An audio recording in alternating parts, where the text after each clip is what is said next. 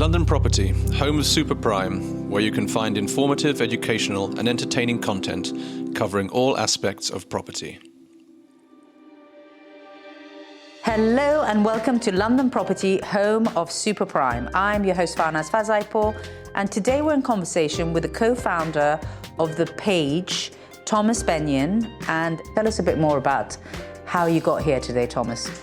Yeah, so well, thank you very much for having me on, and hopefully we can give you a bit of an insight into what we're looking to do and what we've done today.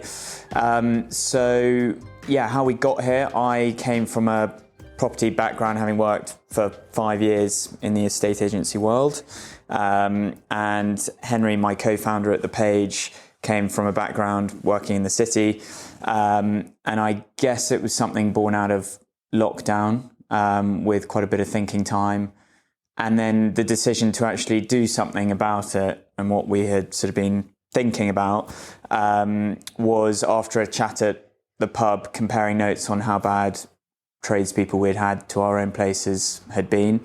I think in my case it was about 3 plumbers in as many months looking at the same issue, and Henry's in a flat with a number of other flats, and he's dealing with a managing agent who had a terrible time through it with a roofer. So that gave us a push to think, actually, let's do something about this and create, a really engaging platform that naive homeowners and other, businesses and services can use to connect to tradespeople. I love the name of your business.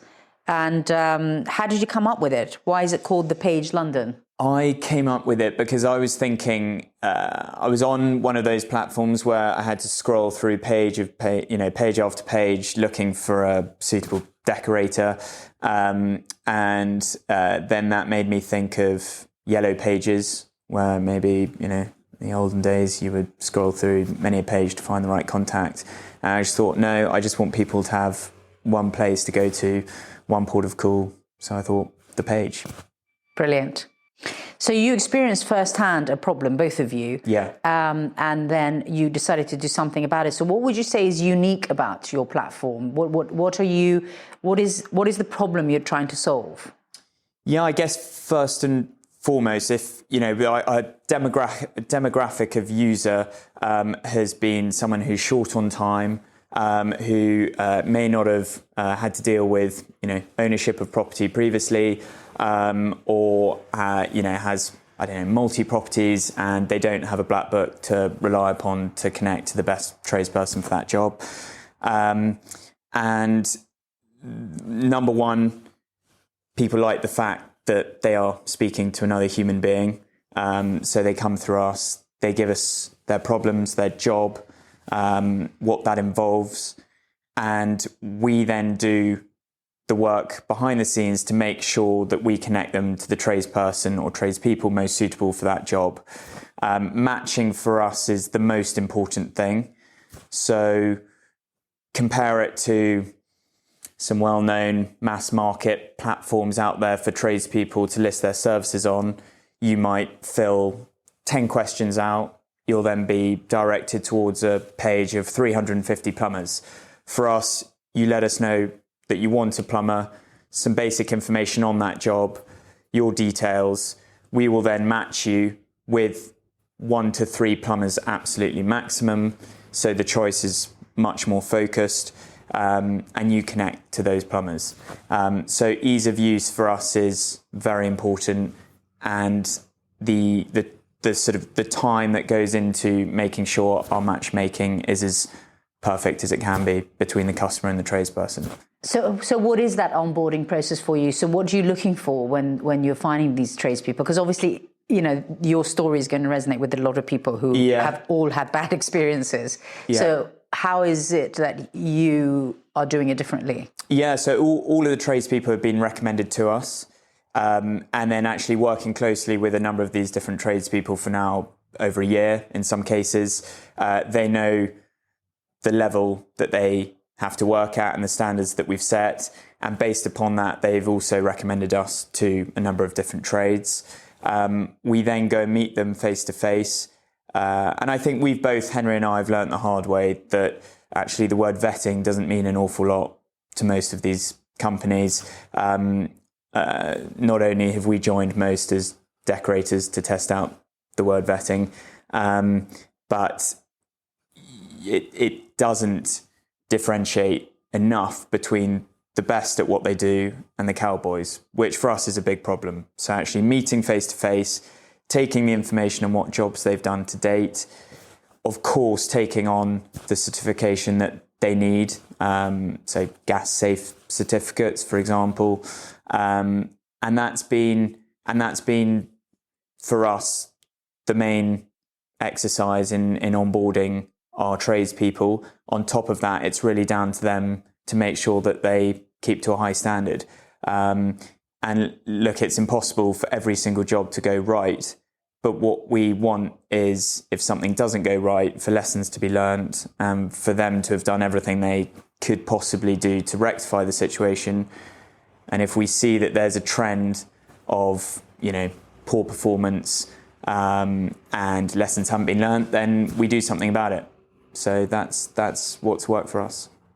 So geographically, your business is currently London focused. London focused, yeah. And what have you learned in the process since you've launched about how to pick tradespeople, and how much does it matter where they are geographically? Yeah, matters massively. So for all the tradespeople we list, we actually like to know exactly where they live, because you won't find that many are based in SW3, for instance, but if they're coming from a certain area on the outskirts of or outside of London, we need to know, okay, for that tradesperson, it's actually very easy to get in that way. They can therefore cover East London, or for a tradesperson who lives, towards Slough and covers West London, it's easy to cover those areas, and same goes for South London. And so that's hugely important. And I think that's another factor that we had issues with when we were connecting to tradespeople before this, was I wanted a plumber who I really thought was local, was covering jobs in that area.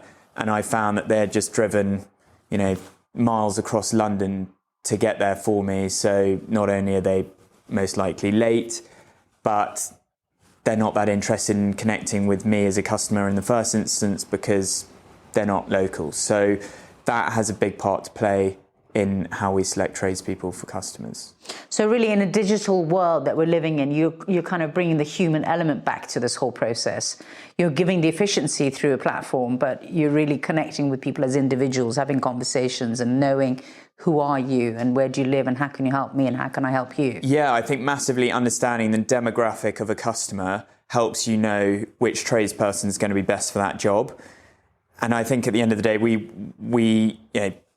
the tradespeople industry has a bad reputation, and we want our level of service to be unlike any other platform out there that's associated with this industry. And so do we. We can't wait for someone to come and bring reliability back to this.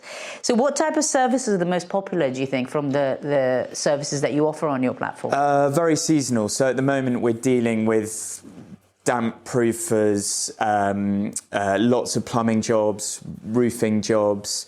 Throughout the year, we've helped customers connect to kitchen installers, bathroom installers, flooring specialists.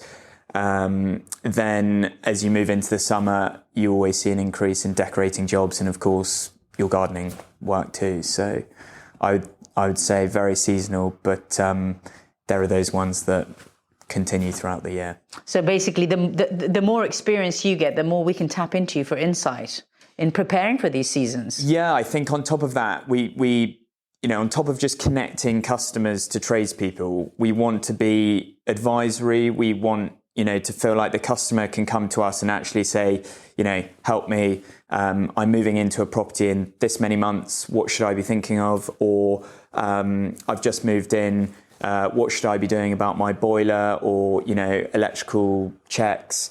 So we want people to think, okay, we can go to the page for just advice on home improvements.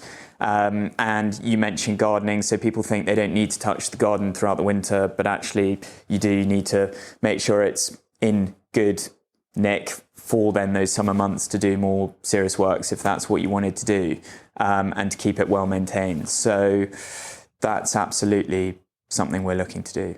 So prevention is actually a really big part of maintenance, isn't it? To stay ahead. To stay ahead, which, it's a hard sell because people think, okay, I want to do works when the roof leaks. I don't want to check on it once a year, or I'll repair the boiler when it breaks down. But actually you should be, getting obviously your annual checks and all of that. So absolutely, it's part of it. And also servicing these things and attending to these problems prevents them from becoming more expensive problems later. But as you say, people don't really think like that. They're like, if it ain't broke, yeah, and that's that exactly, and that's another problem, that people will inevitably look to take shortcuts, and a lot of that has to do with how much something costs, and especially at the moment with the cost of materials going up, and so this is all very relevant. But what we've seen is when you connect to the best tradesperson, when you pay for the right kind of work, inevitably it's going to save you money further down the line. So you've touched a little bit about the fact that, in the future you want to be doing more, some of this advisory service as well. But is there anything more you can share with us about what the future holds and what your plans are for the business? Yeah, so very excited about where we've got to with virtually no marketing. I think power of word of mouth has got us to where we are today, which has been fantastic. And we love serving the customers who are new to the page. And we've loved connecting with all these new tradespeople who have been amazing to work with. And I guess much more excited to think where we can get to with a bit of marketing, and to continue to learn. So we're trying to really, take it right down to the coalface and actually learn what needs to be learned about these industries, what your plumber goes through on a daily basis, what your roofer needs to think about or builder needs to consider on certain jobs.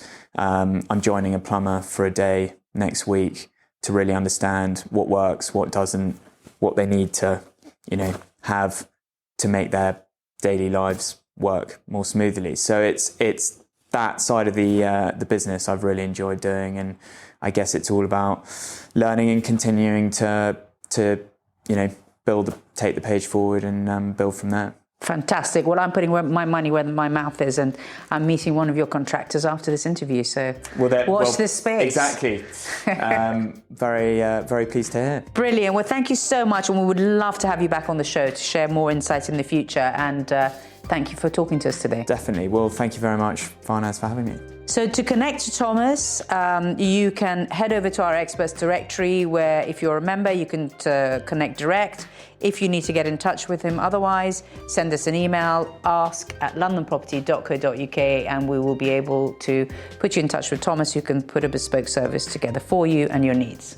Thanks for listening to the London Property Podcast. Head over to londonproperty.co.uk and subscribe to our newsletter to receive latest updates.